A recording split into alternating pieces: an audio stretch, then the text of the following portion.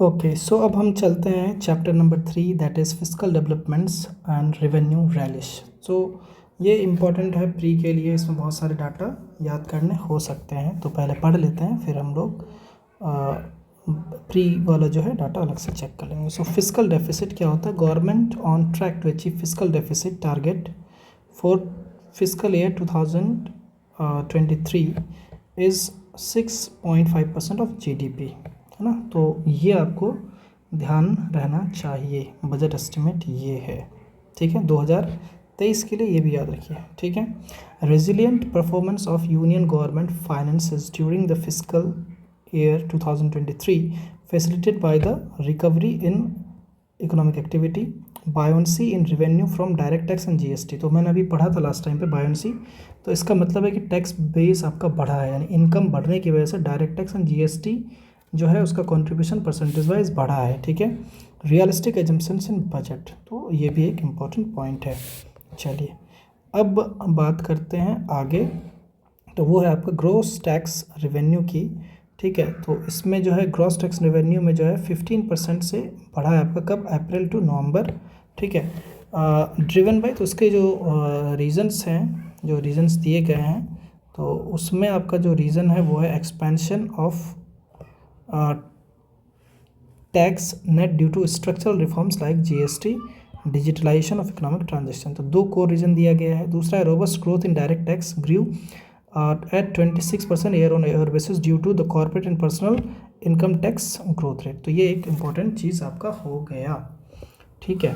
चलिए अब आते हैं इंक्रीजिंग GST कलेक्शन। तो GST has stabilised as a vital revenue source for central and state government with the gross GST collection increasing at 24.8 on year basis from April to December 2022, ठीक है। चलिए उससे पहले एक थोड़ा ट्रेंड देख लेते हैं हम लोग, ठीक है। ये ट्रेंड जो है आपका, ये देखिए क्या है आपका, कि जो फिजिकल डेफिसिट है ना, वो 6.4 रहने की उम्मीद है बजट एस्टिमेट के अकॉर्डिंग, ठीक है। वहीं पे अगर आप प्राइमरी डेफिसिट की बात करें तो that is 2.8. So what is fiscal deficit? So you must remember that fiscal deficit is nothing but it is total expenditure minus total receipt, okay, except borrowing. So borrowing को हटा के जो भी है वो आपका फिजिकल डेफिसिट में है, और जो आपका प्राइमरी डेफिसिट होता है वो फिजिकल डेफिसिट में जब आप इंटरेस्ट पेमेंट कर देते हैं ना, तो that becomes your what, primary deficit. तो इंटरेस्ट पेमेंट को आप हटा देंगे तो प्राइमरी डेफिसिट बन जाएगा आपका। तो वो कितना है वो भी इम्पोर्टेंट है, 2.8, जो कि घटा है, तो this is a good sign, है ना। ये देख रहे हैं आप 2021 में, तो ऑब्वियस सी बात है उस टाइम पे जो है ये बढ़ना ही था, क्योंकि गवर्नमेंट को खर्च ज़्यादा करना था, तो फिजिकल डेफिसिट बढ़ता ही बढ़ता, है ना। चलिए अब आते हैं अपने इसमें। सो चलिए ये हो गया। अब GST के बारे में देखिए, कुछ चीज़ कह रहा है यहाँ पे कि GST tax payers doubled to 1.4 crore in 2020। तो GST में जो है अब लोग आ रहे हैं, शामिल हो रहे हैं, और अभी 1.4 करोड़ है इतना। Improvement in GST collection has been due to, ठीक है। तो इसके रीजंस क्या हैं? तो सबसे पहला इम्प्रूवमेंट क्या है कि the nationwide drive against GST evaders and fake bills, पहला reason, and systematic change such as rate rationalisation correcting inverted duty structure, ठीक है। चलिए यहाँ पे अगर आप देखेंगे थोड़ा कि क्या है ये आपका rising share of capital expenditure in centrals total expenditure, तो दैट इज़ गुड थिंग, क्योंकि देखिए 2018 से कंपेयर किया है, तो 2018 में अगर आप चेक करेंगे तो जो आपका कैपिटल एक्सपेंडिचर है, ठीक है, वो सिर्फ 12% था, जो कि अब बढ़ करके 19% हो गया है ना, ठीक है।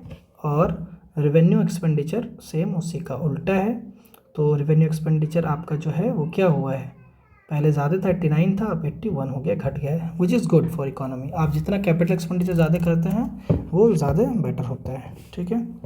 चलिए अब आते हैं कैपेक्स पे फिर से, ठीक है। तो कह रहा है इसमें कि कैपिटल एक्सपेंडिचर के बारे में ये कह रहा है कि the centre's capex has steadily increase to 2.5% of GDP in fiscal year 2022, ठीक है, जो कि प्रोविजनल एस्टिमेट है, जो कि आपका पहले था, उससे पहले अगर आप बात करो तो 1.7%। It is further budgeted to increase 2.9% of GDP। तो ये बहुत ही एक अच्छा हो जाएगा अगर 2.9% GDP का हो जाए तो। Centre announce several incentives to boost state capex in the form of long term interest free loans and capex linked additional borrowing. तो ये भी आपको ध्यान रखना। फिर क्या है, emphasis of capex on infrastructure incentive sectors like road and highway, railway and housing and urban affairs, देखो has large scale positive implication for medium term growth, ठीक है।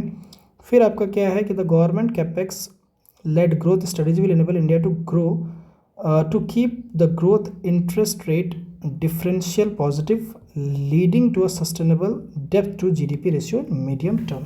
तो डेप्थ टू GDP रेशियो जो कि एक कंसर्न था, तो यहाँ पे कह रहा है कि मीडियम रन में वो एक सस्टेनेबल डेप्थ टू GDP रेशियो पे हम लोग रहेंगे। रेवेन्यू एक्सपेंडिचर की अगर बात करें हम, so brought down to 15.6% of GDP to 13% of GDP in fiscal year this led by reduction in subsidy expenditure. तो सब्सिडी थोड़ा घटाया गया है, ठीक है। चलिए उसके बाद क्या है, स्टेट गवर्नमेंट फाइनेंस की बात करें तो combined gross fiscal deficit of state brought down to 2.8% of GDP in इतना फ्रॉम 4.8%। तो अच्छा खासा इसका कम कर दिया गया है। डेब्ट प्रोफाइल की बात करें तो total liabilities of union government moderated from 59 से अब वो 56 लेके आया गया है। फिर क्या है, द जनरल गवर्नमेंट डेब्ट to GDP ratio increased from 75% to the end of March 2022 to 89 at the end of pandemic level। और धीरे धीरे देखिए वो घटा है, तो ये कहीं ना कहीं अच्छी बात है, ठीक है। ओके, यहाँ पे अगर आप देखें पब्लिक डेथ, तो इंटरनल जो है आपका वो 95.1 है और एक्सटर्नल सिर्फ 4.9 है।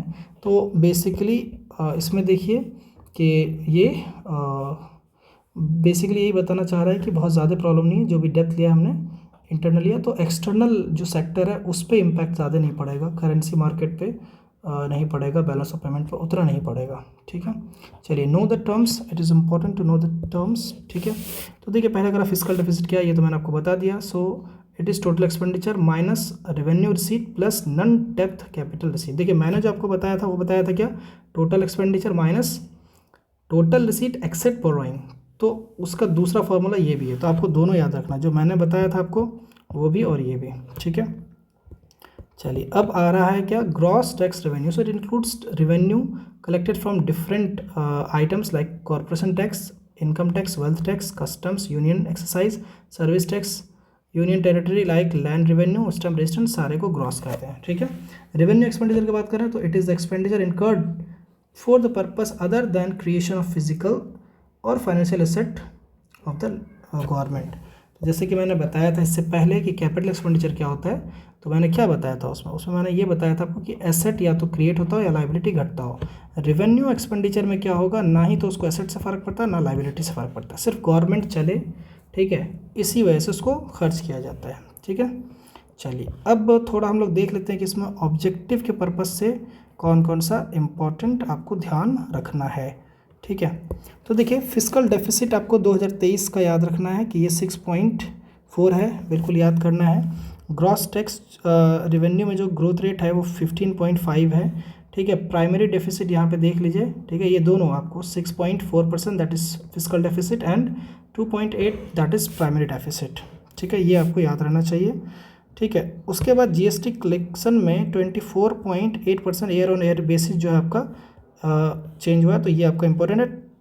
टैक्स पेयर जो है डबल हो गए, 1.4 करोड़ हो गए हैं, तो ये भी आपको याद रहना चाहिए।